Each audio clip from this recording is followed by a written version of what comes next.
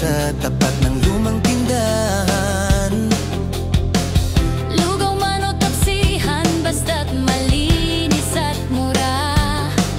Hinahanap yung mga spot na di pa kilala.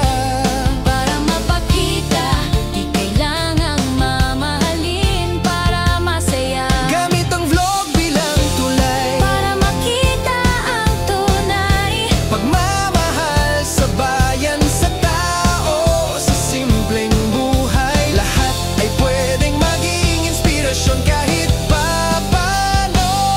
Kasama ka sa bawat kwento, bawat lakad. Sa kainan, pasyalan, kahit tagilid ang budget. Reko ng masa, malinis, sulit, swak sa bulsa. Ito ang kwento ng bawat isa.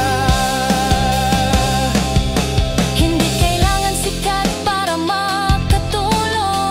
makatulong.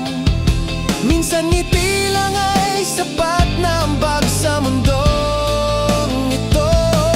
Kung may makain, may kausap, May makasama.